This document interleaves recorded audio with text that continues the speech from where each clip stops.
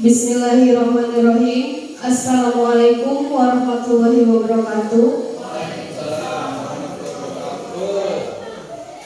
Perkenalkan, saya Neneng Arnengsi, CGP Angkatan 9 Kabupaten Kuningan. Di sini saya akan mendimensiasi atau pengimbasan aksi nyata 14A9 modul 1.4.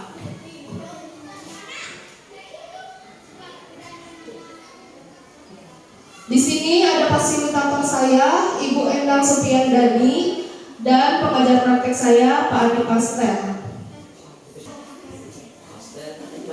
Kita akan membahas tentang budaya positif, ya, penyebaran pemahaman kepada rekan guru. Di sini tujuannya di SDN Karangbaru tentang budaya positif. Bapak Ibu yang hebat, saya mau tanya, budaya positif itu seperti apa ya contohnya? Budaya positif di SD kita. Contohnya menerapkan kebiasaan 5S, ya, sapa, salam, senyum, ya, senyum depan ibadah. Ya, pokoknya 5S tersebut itu budaya positif terus. Menurut pendapat saya. Ya, betul sekali. Ada lagi budaya positif. Seperti apa budaya positif di sekolah? Budaya disiplin. Budaya disiplin, yaitu semua termasuk nilai-nilai budaya positif ya Bapak Ibu yang tertera di SD kita. Apa coba itu budaya positif? Di sini budaya positif itu terdiri dari nilai-nilai kebiasaan-kebiasaan di sekolah yang berpihak pada peserta didik agar mereka dapat berkembang menjadi pribadi yang kritis, penuh hormat dan bertanggung jawab.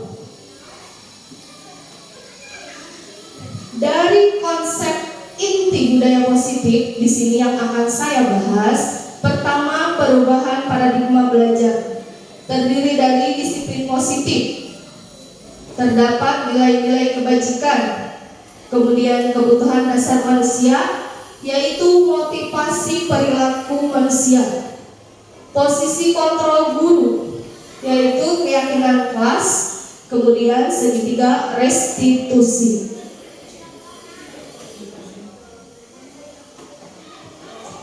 Perubahan paradigma untuk membangun sebuah budaya yang positif di sekolah itu perlu menyediakan lingkungan yang positif, aman, dan nyaman agar murid-murid mampu berpikir, bertindak, dan menciptakan dengan merdeka, mandiri, dan bertanggung jawab.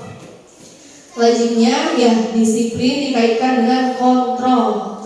Jadi dalam hal ini kontrol guru dalam menghadapi muridnya seperti yang telah dicetuskan oleh Ki Hajar Dewantara bahwa pendidikan itu kita harus berpusat kepada murid, ya. Di sini juga menyatakan tujuan pendidikan menurut Ki Hajar Dewantara yaitu menuntun segala kodrat yang ada pada anak-anak agar mereka dapat mencapai keselamatan dan kebahagiaan yang setinggi-tingginya, baik sebagai manusia maupun sebagai anggota masyarakat. Jadi oleh sebab itu pendidikan itu hanya dapat menuntun tumbuh atau hidupnya kekuatan kodrat yang ada pada anak-anak agar dapat memperbaiki lakunya hidup dan tumbuhnya kekuatan kodrat anak. Jadi Bapak Ibu guru hebat, di sini kita itu sedang membentuk karakter anak untuk menjadi karakter masyarakat. Di sini kita tidak menuntut anak untuk selalu belajar, tetapi kita menuntut bahwa kegiatan positif yang terjadi di sekolah akan mampu membesarkan anak di masyarakat dengan kegiatan-kegiatan positifnya.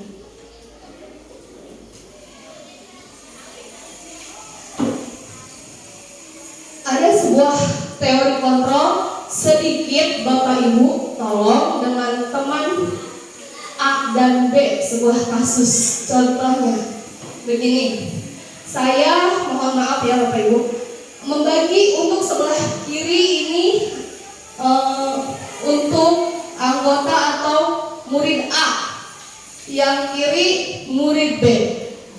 Kanan murid A, yang kiri murid B. Sudah seperti itu. Kemudian saya meminta murid A memiliki keyakinan di tangannya bahwa itu milik Anda memegang sesuatu yang sangat berharga, yang tidak bisa dilihatkan oleh orang lain, tidak bisa dikontrol oleh orang lain. Tetapi murid B mencoba untuk membukanya atau mengoloknya, menghardiknya, membujuk, menghardik, mengintimidasi, memarahi. Bagaimana caranya si A bisa membuka kepalan tangan tersebut? Silahkan sebentar 30 detik kita praktekkan. Ya, ibu pukul. Anu sebelahna, pukul anu sebelahna ngolok maka dibuka pukulanna. Ya, silahkan bagaimana aja caranya agar bisa kepalan tersebut dibuka oleh kawan Anda. Terserah bagaimanapun caranya. Silahkan. Dibujuk.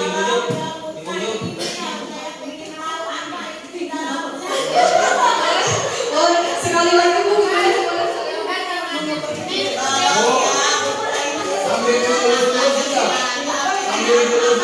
Ya, boleh, terserah. Nah, dipakai di beda permen.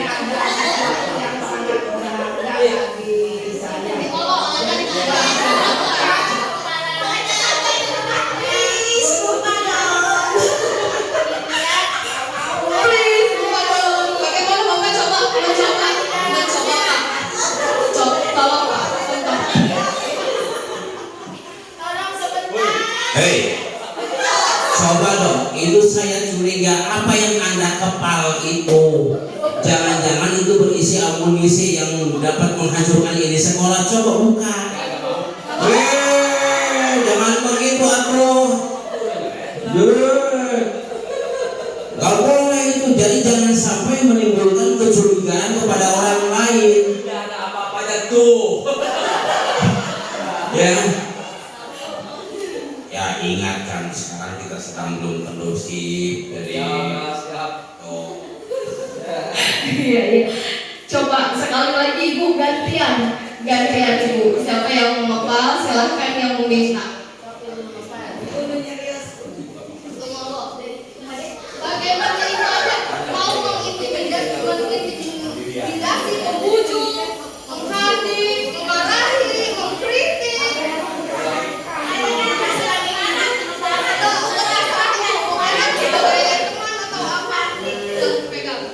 Temanku, saya penasaran. Itu yang dikepal oleh tanganmu, apa itu isinya? Rahasia. Kok rahasia?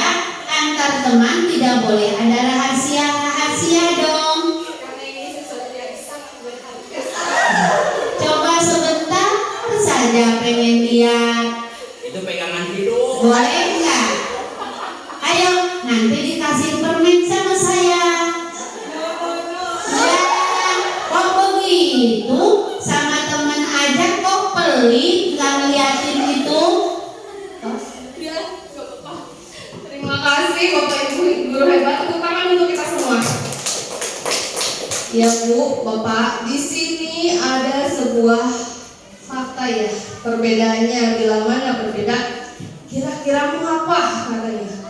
Di sini, apakah Anda atau B membuka kepalan tangan Anda? Apakah kalian punya jawabannya? Mengapa? Apa alasannya Anda membuka kepalan tersebut? Itu jawabannya ada di diri Bapak Ibu guru. Apakah Anda menutup kepalan tangan? Mengapa? Alasannya hanya menutup. Tetap kepalan tangan Anda tidak mau dibuka. Kenapa? 3. Ya, dalam kegiatan ini sungguhnya yang memegang kendali kontrol untuk membuka dan menutup kepala tersebut, Bapak Ibu. Siapa? Yang punya tangan. Yang punya kendali itu yang punya tangan, yaitu diri kita sendiri. Iya Bu, kita sendiri yang memegang kontrol atas kepala tangan yang kita pegang. Apakah kita membuka atau menutup kepala tangan kita, itu tergantung pada diri kita masing-masing, sesuai dengan kebutuhan dasar kita saat itu. Di sini kita akan membahas perubahan paradigma teori kontrol, ilusi kontrol. Kita sebagai guru itu ilusinya guru mengontrol murid, benar Bapak Ibu? Benar. Ilusinya bahwa kritik dan membuat orang merasa bersalah dapat menguatkan karakter, betul apa tidak Ibu? Maksudnya sebagaimana? Gini, ilusi bahwa kritik ya dan membuat orang merasa bersalah dalam menguatkan karakter. Misalnya ketika ada anak berbuat salah, kita mengkritiknya, itu salah, harusnya seperti ini. Pernahkah kita melakukannya seperti itu Bapak Ibu? Sering. Ya. Ilusi bahwa semua penguatan positif, efektif dan bermanfaat. Di sini bahwa penguatan positif, efektif itu sangat bermanfaat. Misalkan, dibuanglah sampahnya agar bersih. Itu bagus kan? Kita menyuruhnya, mengontrol anak ya, agar berbuat bersih baik.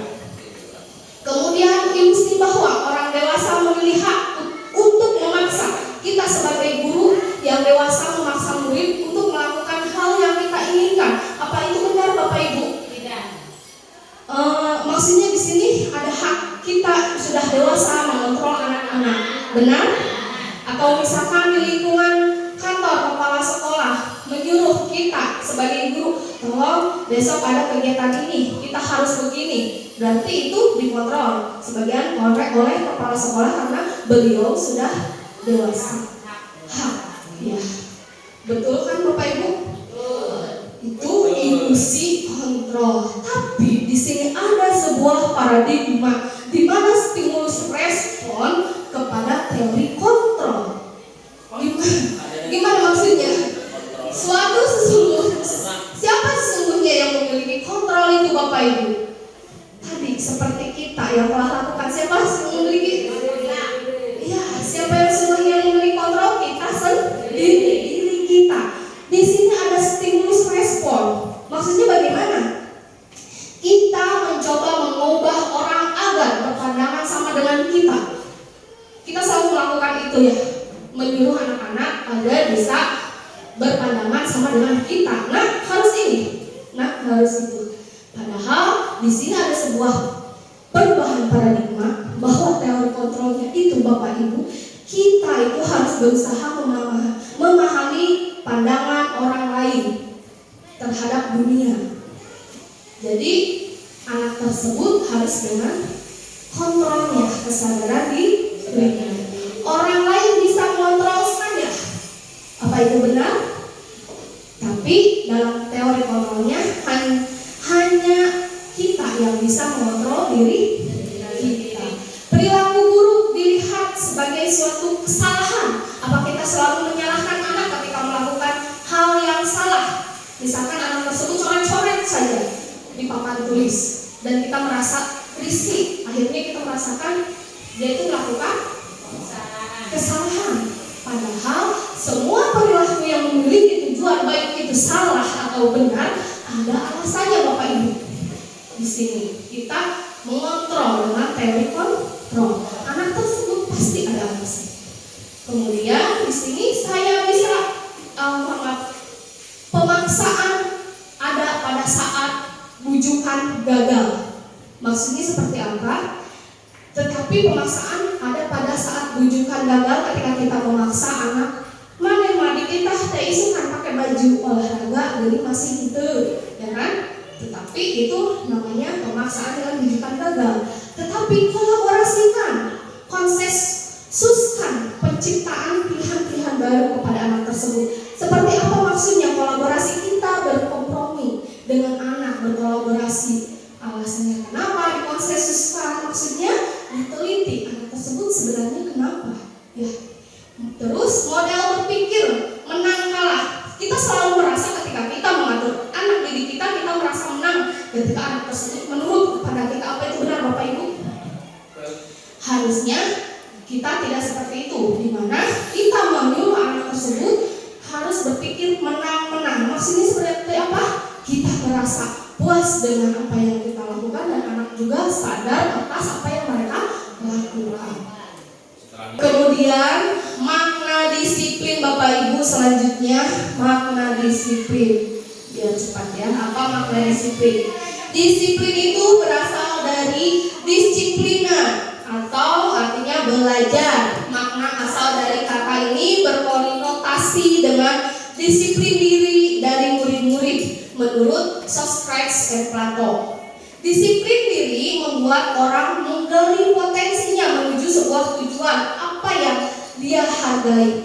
Namun dalam budaya kita makna kata disiplin ini telah berubah menjadi sesuatu yang dilakukan seseorang pada orang lain untuk mendapatkan kepatuhan. Atau misalkan kita sebagai guru membuat anak agar menurut apa yang kita inginkan, didisiplinkan. Betul Bapak Ibu guru? Betul. Ya. Di sini kecenderungan umumnya ya menghubungkan kata disiplin dengan ketidaknyamanan sebenarnya seperti itu Pak. Bukan dengan apa yang kita hargai atau pencapaian suatu tujuan yang mulia. Sebenarnya bukan dikatakan salah, mungkin kurang tepat pemahaman seperti itu. Di sini kita disiplin itu tidak bisa mengontrol orang lain. Kenapa? Hanya kita yang bisa mengontrol diri kita. Ya, jadi kemampuan memerintahkan diri sendiri dalam mengontrol dan menguasai diri itu untuk memilih tindakan yang mengacu pada nilai-nilai yang kita hargai dengan penuh tanggung jawab tanpa perintah orang lain. Seperti itu Bapak Ibu. Di sini ada nilai-nilai kebajikan Bapak Ibu guru, di mana nilai-nilai kebajikan ini nilai yang disepakati bersama lepas dari suku, bangsa, agama, bahasa maupun latar belakangnya. Jadi tidak disangkut pautkan dengan agama, suku, ya begitu. Jadi contoh nilai kebajikan atau institusi atau organisasi itu mencakup 3. Kita tetap mengacu kepada profil pelajar Pancasila, yaitu beriman dan bertakwa pada Tuhan Yang Maha Esa, berakhlak mulia, berkebinekaan global, gotong royong, mandiri, kreatif dan bernalar kritis. Kemudian di sini ada FYP, Ibo Freemetry Years Program. Apa itu? Yang dimasukkan kepada sebuah pendidikan, akhirnya menciptakan rasa anak tersebut bertoleransi, rasa hormat, integritas, mandiri, menghargai, antusias, empati, keingintahuan, kreatif, kerjasama, percaya diri, dan komitmen. Akhirnya menumbuhkan seperti itu. Kemudian keterampilan hidupnya, dia akan bisa memenuhi pemungkunan yang adanya, yaitu dapat dipercaya anak tersebut, lurus hatinya, pendengar yang aktif, tidak merendahkan orang lain, dan memberikan yang terbaik dari dirinya. Itu yang akan tumbuh dari nilai-nilai kebajikan tersebut. Bu, kebutuhan dasar manusia banyak enggak ya kebutuhan kita? Banyak enggak? Banyak. Apa aja Bapak Ibu? Sandang, pangan, papan, pendidikan. Sandang, pangan, papan, pendidikan. Semenjak saya belajar di program guru penggerak ini, banyak sekali yang belum saya ketahui Bapak Ibu. Ini benar-benar mengubah pola pikir saya Bapak Ibu. Alhamdulillah. Iya. Kebutuhan pendidikan kesehatan. Ya, di sini kebutuhan dasar manusia itu segala sesuatu yang kita lakukan untuk mendapatkan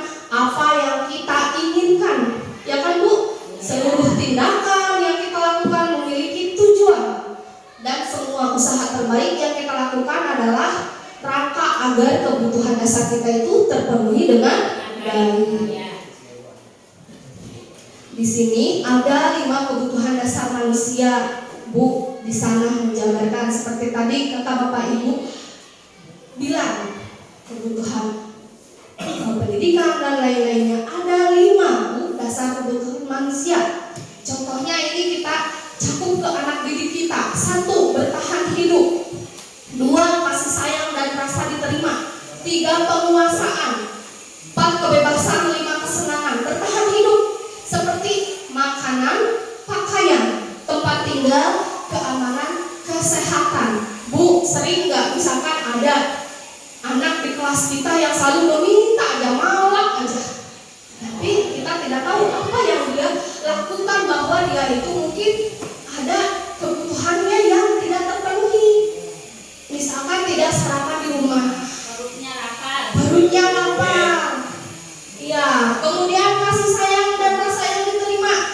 Misalkan rasa diterima, dipedulikan, berbagi, kerjasama, menjadi bagian dalam kelompok. Di kelompok ketika ada kegiatan kelompok, anak tersebut rasanya seperti mengganggu aja ketika belajar kelompok. Ada seperti itu ya Bapak Ibu? Nah, kamu kenapa selalu mengganggu? Mungkin kebutuhan kehidupannya tidak terpenuhi, Bapak Ibu. Di sini ingin rasa diterima, ingin dipedulikan di kelompoknya, seperti itu ya. Dan penguasaan, suka ada nggak Bu di kelas? Asa aib kelompok saya yang berkuasa. Nah, dari faktor umur, usia, lebih tua, dan yang lain. Bisa dari faktor umur, usia dan lainnya. Oleh sebab itu mungkin ada kebutuhan dasar yang tidak dipenuhinya Bu. Misalkan ya anak tersebut ingin dihargai, ingin dianggap bahwa anak tersebut lebih berkuasa, lebih tua, seperti itu ya. Kemudian kebebasan. Ada nggak Bu anak-anak yang tiba-tiba harusnya kita menulis di meja, kenapa anak-anak malah ke depan menulis di bawah? Saya juga pernah merasakan itu Bapak Ibu. Kenapa anak tersebut setelah dilihat-lihat ternyata di sini mungkin kebutuhannya ingin merasa mandiri, memiliki atau mencoba hal-hal baru, padahal alasannya. Kemudian kesenangan. Apakah di kelas Ibu anak-anaknya sudah bahagia? Ada yang bahagia, Ada yang bahagia, ada yang tidak, sama Bapak Ibu. Tetapi ketika kita melihat anak, ternyata anak juga butuh adanya permainan di kelas, adanya humor, ya seperti itu Bapak Ibu. Selanjutnya, contoh salah satunya Ibu Ani, guru kelas 5, sedang bingung menghadapi ulah salah satu murid di kelasnya bernama Agus. Beberapa anak telah datang dan mengeluhkan Agus yang sering meminta bekal makan siang mereka dengan paksa. Jika Anda menghadapi situasi seperti ini, Ibu Ani, apa yang akan Anda lakukan? Menurut Anda, kira-kira apa yang alasannya Agus melakukan itu, Bapak Ibu? Lanjut aja di sini. Ada beberapa 5 kebutuhan kemungkinan faktor yang tadi telah kita bahas, yaitu bila kebutuhannya bertahan hidup, bisa saja Agus kelaparan karena orang tuanya tidak membawakan bekal. Kemudian bila jawaban Agus, ia senang temannya jadi memperhatikan dia karena melakukan seperti itu, berarti Agus memiliki kebutuhan untuk diterima. Bila Agus ingin menjawab, dia merasa hebat karena temannya takut menuruti keinginannya. Jadi kebutuhan apa Bapak Ibu? Pengakuan. Kemudian Agus merasa bosan dengan bekal yang selalu dibawakan ibunya karena selalu membawakan bekal yang sama. Berarti Agus ini kenapa Bu? Memiliki kebutuhan akan pilihan, kebebasannya Bu. Jadi karena itu saja katanya. Apabila jawaban Agus ini iseng saja ingin menikmati ekspresi wajah teman-temannya, berarti kebutuhannya kesenangan dia. Seperti itu Ibu Bapak, hebat. Lanjut ke motivasi perilaku manusia Bapak Ibu. Motivasi perilaku manusia itu ada dari intrinsik dan ekstrinsik. Ekstrinsik itu apa saja? Di sini adanya ketidaknyamanan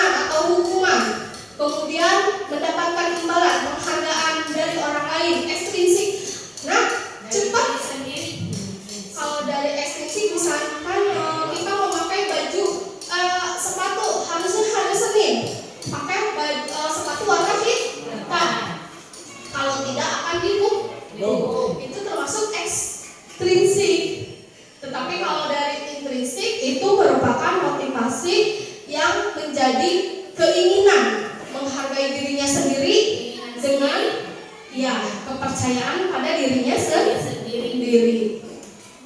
Misalnya seperti apa Bapak Ibu? Bapak Ibu kalau misalkan naik motor, ketika kita memakai helm itu termasuk apa Bapak Ibu? Dari motivasi intrinsik apa ekstrinsik? Agar apa?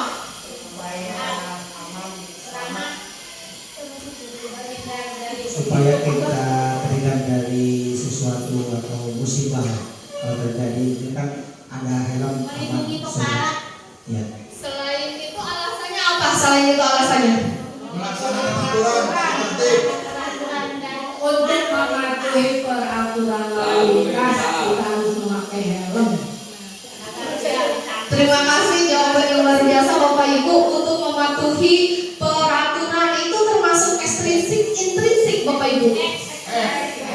Itu ekstrinsik dari aturan dari luar, tapi intrinsik supaya selamat menyadarkan dari diri kita sendiri. Terima kasih Bapak Ibu guru hebat. Ada 3 komponen Bapak Ibu di sini yang perlu kita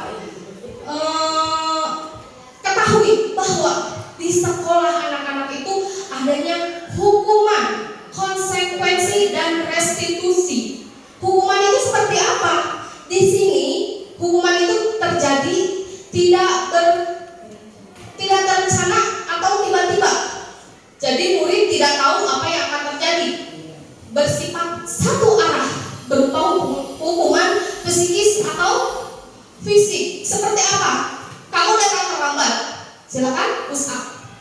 Nah, itu hukuman ya Bapak Ibu. Kamu telah mengerjakannya salah, kamu maju ke depan, itu secara tiba-tiba hukuman. Dan kedua, konsekuensi. Apa itu konsekuensi? Adanya terencana atau disepakati sesuai dengan peraturan. Murid tetap dibuat tidak nyaman. Sikap guru selalu memonitor murid. Maksudnya apa? Untuk konsekuensi ini pasti sudah tercatat, seperti di sekolah ada tata tertib. Kamu harus memakai baju seragam merah putih hari Senin. Kalau tidak, kamu akan tahu konsekuensinya, tahu hukumannya.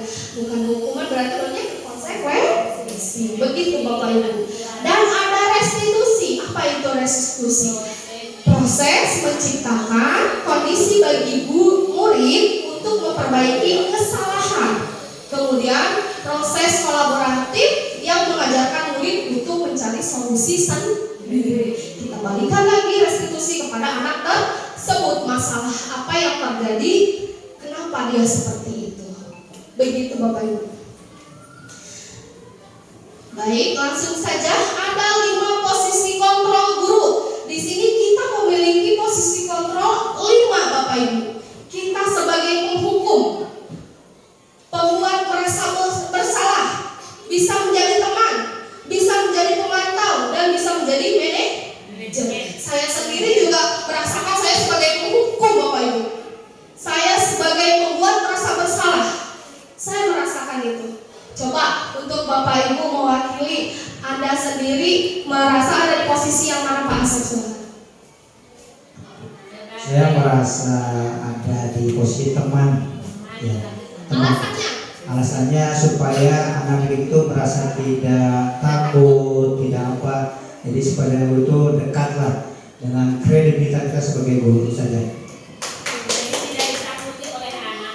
Siapa lagi yang mau? Silakan Ibu. Ibu ada di posisi kontrol mana?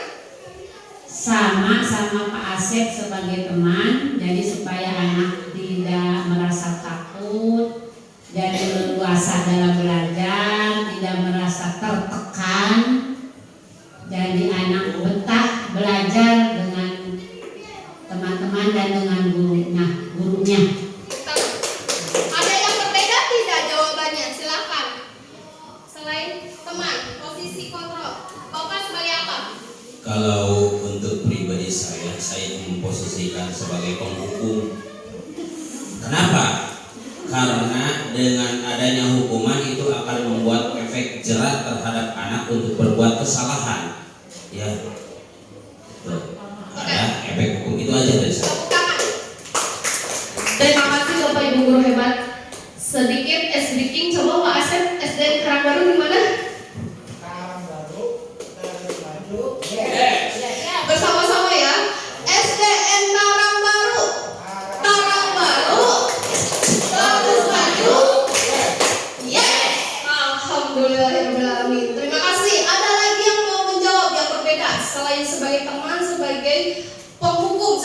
merasa sebagai penghukum? Ya. Saya pembuat merasa bersalah? Ya. Sebagai teman? Ya. Ada lagi yang mau menjawab? Ibu Dina? Sebagai manajer. Diajak make up itu ngawak itu sih. Kadang saya merasa sebagai pembuat merasa bersalah ya. Kenapa? Kadang saya juga suka menghukum, atau kadang ketika anak tidak mengerti dengan apa yang saya jelaskan, saya suka merasa bersalah. Mungkin saya salah menyampaikan Ya, seperti itu. Suka bertanya. metode pembelajaran. Ya. Terima kasih.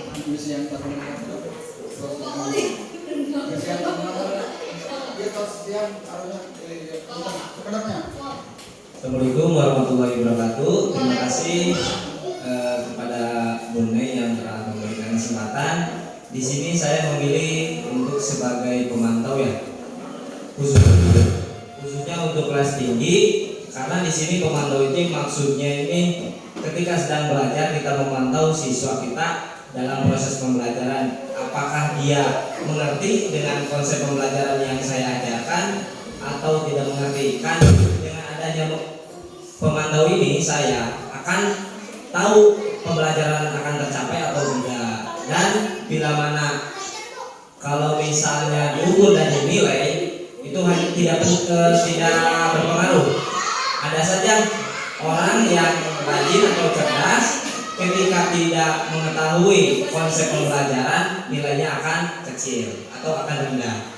Akan tetapi kalau kita melakukan pemantauan akan tahu proses siswa tersebut melaksanakan proses pembelajaran. Jadi dalam pemantauan ini menurut saya sangat penting dalam proses pembelajaran. Cukup sekian dan terima kasih. Kembalikan kepada Bune. Terima kasih Bapak Ibu guru hebat. Di sini ada 5 posisi kontrol sebagai yang guru miliki. Di sini Bapak Ibu ada sebuah kasus bahwa siswa tidak memakai atribut lengkap saat upacara bendera. Sebagai penghukum pasti kata-katanya seperti ini. Hormat pada bendera selama 1 jam. Nah, itu posisi kita sebagai penghukum. Kemudian berapa kali Bapak Ibu harus memberitahu kamu selalu saja mengecewakan Bapak Ibu. Itu merupakan sebagai pembuat merasa bersalah. Kemudian, ayo dong ikuti aturan sekolah, tolong bantulah Bapak Ibu ya. Sekali ini saja. Ya udah, tidak apa-apa, lain kali jangan sampai berbuat seperti ini lagi. Itu kita sebagai teman. Kemudian kamu sudah melanggar peraturan sekolah, kamu tahu konsekuensinya. Jadi setelah upacara kamu beli atribut ya. Silahkan ke koperasi dan jangan diulang lagi sebagai pemantau. Kemudian yang terakhir,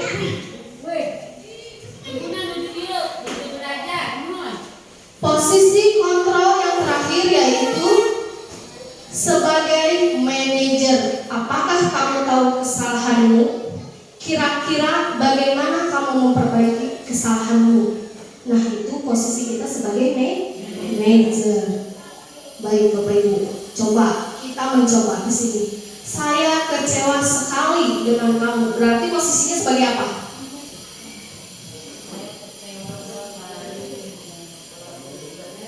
Sebagai membuat rasa bersalah. Kemudian kamu tidak pernah benar melakukannya. Berarti penghukum.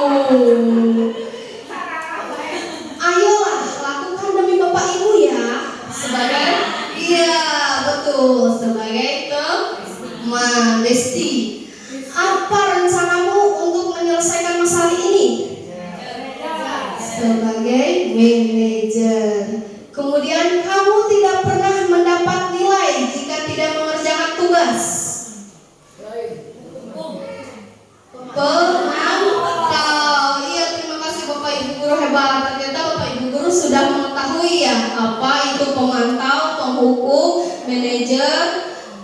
Di sini ada motivasi internal dan eksternalnya, intrinsik, eksternal ya. Selanjutnya keyakinan kelas, Bapak Ibu. Lanjut. Nanti kita satukan materinya. Mengapa keyakinan kelas? Mengapa bukan peraturan kelas? Di sini keyakinan kelas itu nilai-nilai kebajikan atau prinsip-prinsip universal yang disepakati bersama secara universal, lepas dari latar belakang suku, negara, bahasa maupun agama. Ya. Jadi di sini menurut dosen bahwa keyakinan akan lebih memotivasi seseorang dari dalam, dari intrinsik. Seseorang akan lebih bersemangat untuk menjalankan keyakinannya daripada hanya sekedar mengikuti serangkaian peraturan. Karena semua kegiatan itu memiliki tujuan. Pembentukan keyakinan seperti apa di kelas? Di kelas, pembentukan keyakinan ini bersifat abstrak daripada peraturan, beda rupa yang lebih rinci dan konkret. Jadi keyakinan kelas ini berupa pernyataan-pernyataan yang universal. Pernyataan keyakinan kelas senantiasa dibuat dalam bentuk positif, sehingga keyakinan kelas ini hendaknya tidak terlalu banyak sehingga mudah diingat dan dipahami anak. Semua warga kelas sebaiknya ikut berkontribusi dalam membuat kegiatan kelas lewat curah pendapat seperti yang kita kerjakan kemarin, Bapak Ibu. Kita juga bisa melakukannya kepada anak didik kita. Ya, bersedia meninjau kembali keyakinan kelas dari waktu ke waktu. Keyakinan kelas itu seperti apa perbedaannya dengan peraturan, Bapak Ibu? Di sini peraturan itu selalu kembali pada mengembalikan buku ke tempatnya, misalkan selalu mengembalikan buku pada tempatnya, padahal tidak perlu diperintah, tetapi dengan tanggung jawabnya sendiri. Setelah memakai, setelah meminjam, kembalikan ke tempat. Bereskan sepatu, Iya. kurangnya, kurang sepatu. Ya, dengan kesadaran sendiri. Dilarang mengganggu orang lain, itu sebuah peraturan. Tetapi untuk keyakinannya, anak kita harus menghormati orang lain dan diri sendiri, seperti itu. Kemudian hadir di sekolah 15 menit sebelum pembelajaran dimulai. Padahal keyakinan kelasnya itu harusnya menghormati orang lain, komitmen pada tujuannya. Kemudian dilarang melakukan kekerasan, itu peraturan. Tetapi keyakinannya keselamatan, kehormatan, atau menghormati orang lain. Kemudian dilarang menggunakan narkoba, padahal menjaga kesehatan sendiri. Iya, bergantian atau menunggu giliran di peraturan, padahal silakan menghormati orang lain yang lebih datang lebih awal. Kemudian gunakan masker, padahal kembali ke keyakinan yaitu kesehatan dan keselamatan. Jangan berlari di kelas atau koridor yang lainnya, padahal itu keyakinannya keselamatan dan keamanan sendiri. Iya, Bapak Ibu guru hebat, saya sudah membuat Bapak Ibu kesepakatan di kelas seperti apa. Misalkan seperti ini, saya mau menggunakannya kepada anak-anak. Anak-anak sebelum belajar, susah ya Bu sebenarnya untuk di kelas 1. Sebelum belajar, kita membuat keyakinan, nah, bukan peraturan. Apa Bu? Di kelas kamu maunya bagaimana teman kamu? Jangan ada yang bercanda, jangan ada yang berantem, jangan ada yang marah. Nah, itu salah satu keyakinan Bu. Silakan nak, kalian tulis. Otomatis yang bisa menulis pasti menulis. Saya ingin di kelas saya ada Bu keyakinannya. Saya ingin di kelas saya harus misalkan ya kondusif, tidak berantem. Di kelas saya tidak ada yang bercanda Bu. Sok ditulis. Jangan ada yang bercanda. Terus harus bersih Bu. Harus membuang sampah pada tempatnya. Sok tempel-tempelkan di papan. Ditempelkan. Kita pilih sebagai guru. Kalau ada yang sama jangan dimasukkan. Kalau sama berarti kita pilih salah satu.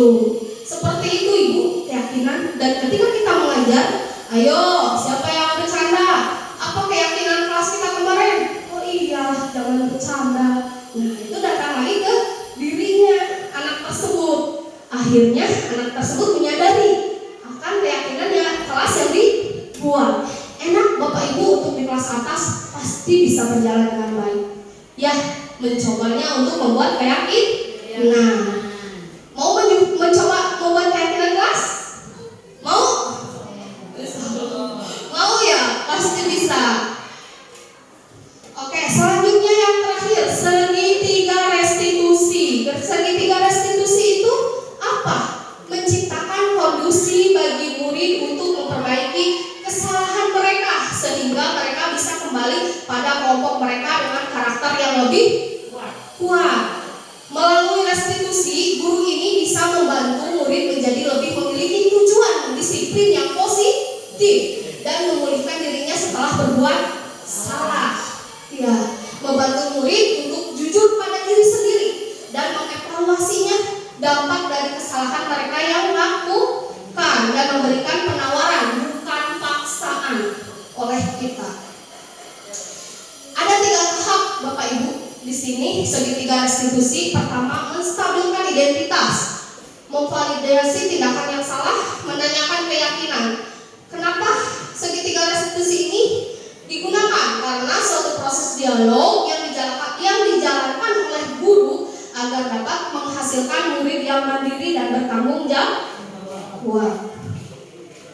Tahapan yang tadi ada, yang pertama menstabilkan identitas. Seperti apa pertanyaannya? Kita harus membuat pertanyaan kepada anak. Pernyataan. Berbuat salah itu tidak apa-apa, Nak. Tidak ada manusia yang sempurna. Saya juga pernah melakukan kesalahan seperti itu. Kita bisa menyelesaikan ini. Bapak Ibu tidak tertarik mencari siapa yang salah, tapi Bapak Ibu ingin mencari solusi dari permasalahan ini. Kamu berhak merasakan begitu. Itu pertama untuk menstabilkan identitas. Kemudian validasi tindakan yang salah. Apa itu? Padahal kamu bisa melakukan yang lebih buruk dari ini ya. Kamu pasti punya alasan mengapa melakukan hal itu. Kamu patut bangga pada dirimu sendiri karena kamu telah melindungi sesuatu yang penting buat kamu. Seperti tadi. Kemudian menanyakan keyakinan. Apa yang kita percaya sebagai kelas atau keluarga? Apa yang kita percaya sebagai kelas atau keluarga? Apa nilai umum yang kita telah sepakati? Apa bayangan kita tentang kelas yang ideal? Menanyakan keyakinan ke anak ya. Kamu mau jadi orang yang seperti apa? Keyakinan, kamu tahu nggak keyakinan kelas yang kita lakukan kemarin? Nah, itu bisa ya untuk menanyakan keyakinan. Ada sebuah penerapan segitiga restitusi, saya contohkan Bapak Ibu mungkin sedikit.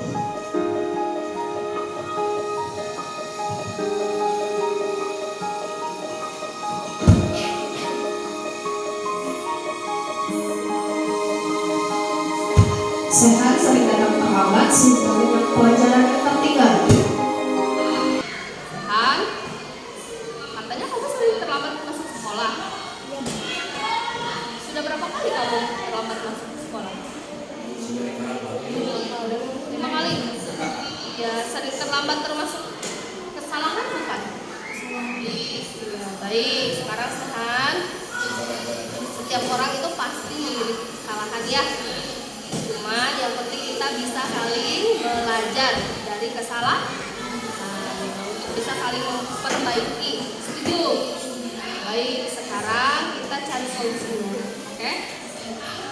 Sehan, menurut Sehan, kenapa Sehan suka terlambat masuk sekolah? Dikasih tindakan pertanyaan, kenapa Sehan sering terlambat?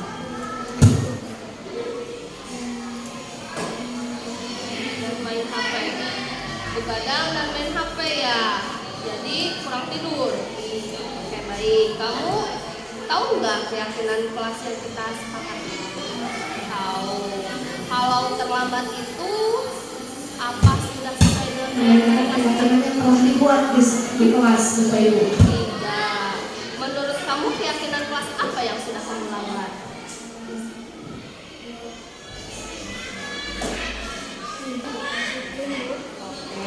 Menurut tidak untuk kamu? Karena apa?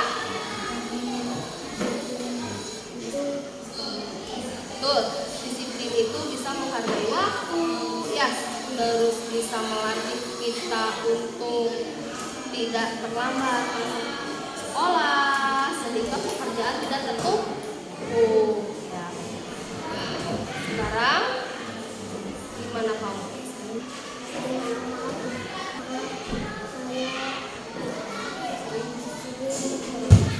Di sini saya mau minta maaf ya. Bagus, sikap kamu menyesal ya dan meminta maaf. Menurut kamu, apa kamu lakukan agar tidak terlambat bersekolah lagi?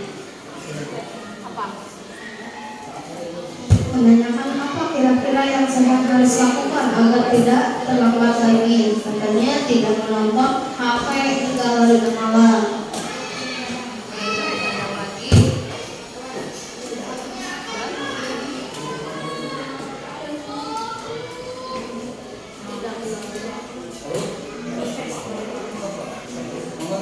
Ya, baik, oke. Ibu akan berkomunikasi dengan ibu kamu ya. Jadi untuk bekerja sama ibu akan berkomunikasi agar kamu tidak terlambat lagi masuk ke sekolah. Nah sekarang kamu boleh kembali ke kelas ya. Terima kasih Ibu Guru. Saya bekerja sama dengan Ibu Guru. Tidak akan terlambat lagi untuk masuk sekolah. Terima kasih Bapak Ibu Guru. Seperti itu cara menanggapinya ya untuk melakukan segitiga restitusi. Baik, cukup ternyata. Terima kasih atas segala waktunya kepada Bapak Ibu Guru yang hebat. SDN Karangbaru. Karangbaru. Oh, Karangbaru. Harus maju. Yes. Ada sedikit refleksi Bapak Ibu, siapa yang mau menyampaikan? Bapak, Ibu.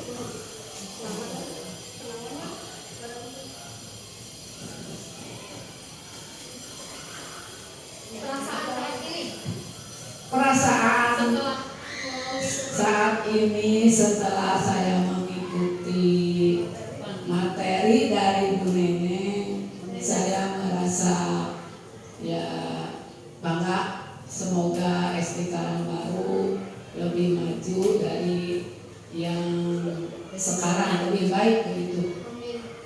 Kemudian setelah mengikuti materi pengimbasan dimensi pada hari ini, saya jadi paham bahwa kemajuan atau pendidikan di sekolah ini harus lebih baik dengan adanya kurikulum merdeka. Kemudian target saya selanjutnya adalah untuk meningkatkan kegiatan belajar mengajar di SD Karangbaru yang lebih bermutu dan lebih meningkat di segala bidang, menjadi juara terus menerus. Itulah refleksi dari saya. Semoga bermanfaat. Wassalamualaikum warahmatullahi wabarakatuh. Tepuk tangan buat Ibu Haji. Terima kasih Ibu Haji Ana atas refleksinya. Ada lagi yang mau merefleksikan? Selanjutnya mungkin ada lagi yang mau disampaikan selain oleh sama Ibu Haji Ana tadi. Ibu. Idem.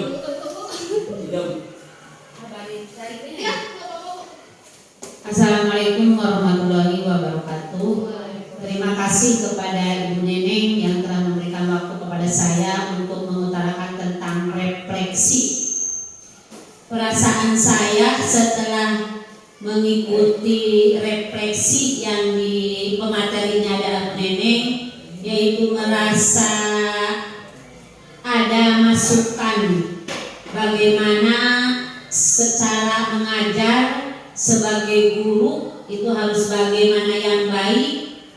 Dan yang kedua, setelah mengikuti materi pengimbasan dimensi pada hari ini, saya jadi paham bahwa mengajar itu harus sebagai manajer, sebagai teman ya, sehingga anak merasa nyaman belajar, tidak takut kepada guru, dan keberhasilan pasti akan diraih. Kemudian yang ketiga, target saya selanjutnya adalah mendidik, menciptakan anak yang lebih baik,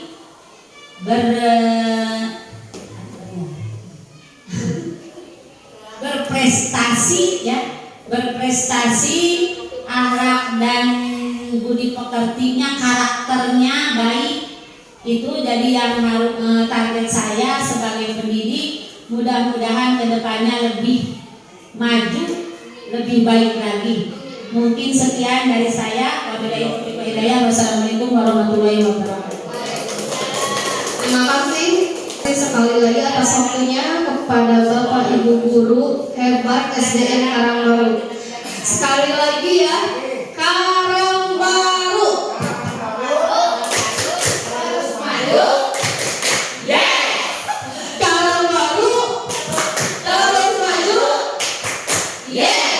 Alhamdulillah. Wassalamualaikum warahmatullahi wabarakatuh.